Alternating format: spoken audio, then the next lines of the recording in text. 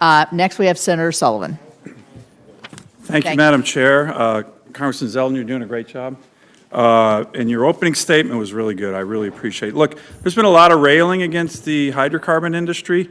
I think the facts are the hydrocarbon industry has lifted more people out of poverty, continues to do so, than any major industry in the world is doing that. But they're also been a major contributor, never gets talked about, with regard to our leadership on global emissions.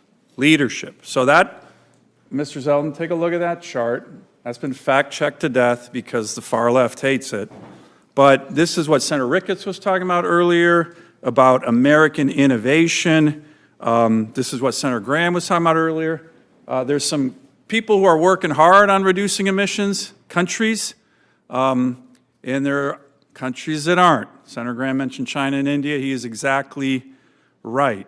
You never heard this from John Kerry, but the leader in the world in the last 20 years on reducing global emissions was the United States of America, okay? The bad guys, in terms of emission increases, look at China, through the roof. This is a fact. Now, I've asked some of the Biden administration, EPA officials, hey, why do you think this happened? Why do you think we're the leader? It'd be great if you said it, because we are. And they would always come back and say, let's see, EPA regs? Wrong answer. The reason this happened is because of the revolution in the production of natural gas, where we have switched to natural gas as a more cleaner burning source of energy.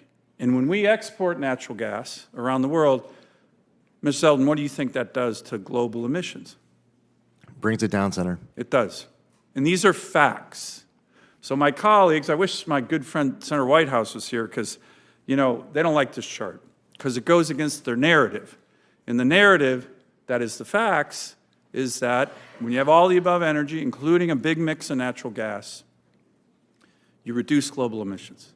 So can you commit, to Senator Ricketts' point, to work with us and private industry on innovation that can help power America, power our allies, produce American energy, and at the same time, lower emissions?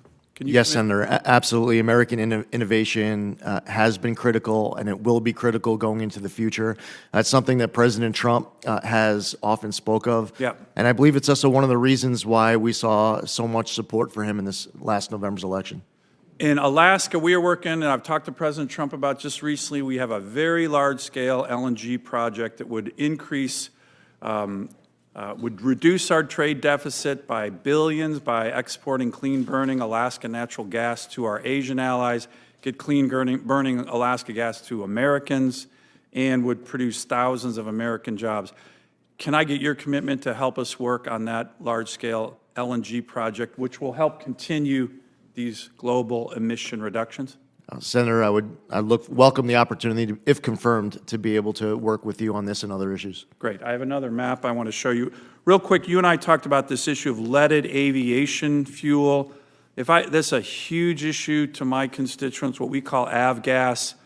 We got it an extension for Alaska and the FAA, given our pilot safety issues, our aviation safety issues. There was this congressman, I forget his name, from New Jersey. He tried to limit this. My view, he should be more focused on cleaning up New Jersey than worrying about aviation safety in Alaska. Can I get your commitment to work with me on this avgas issue as we discussed in my office?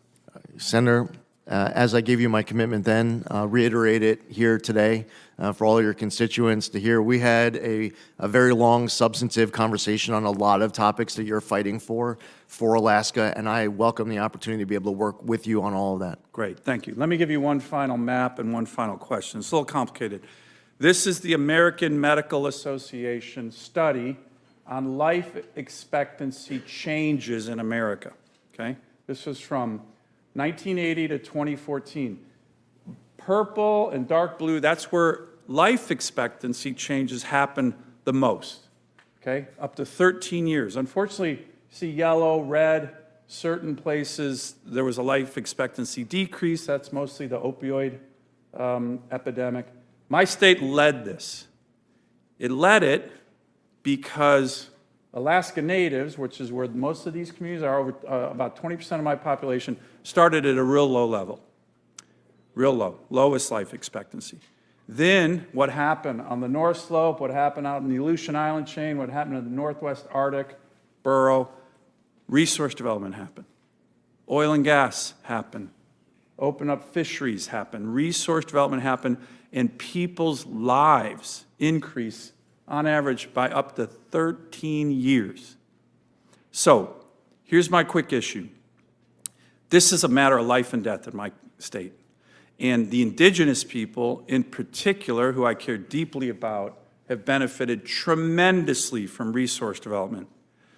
President Biden comes in with his Secretary of Interior. She doesn't listen to Native people. They issued 68 executive orders to shut down resource development in my state, which is going to hurt people, hurt their life expectancy.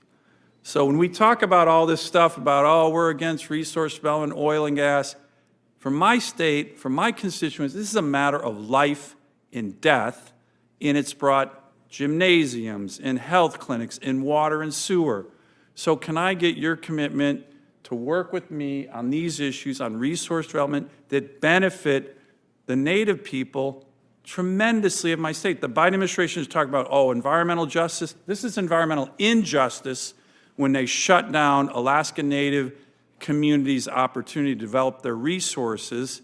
And, you know, their focus on minority communities, I think that's great, but they've had a big asterisk during 4 years of Biden and Secretary Holland, not for Alaska Natives. And it's an outrage.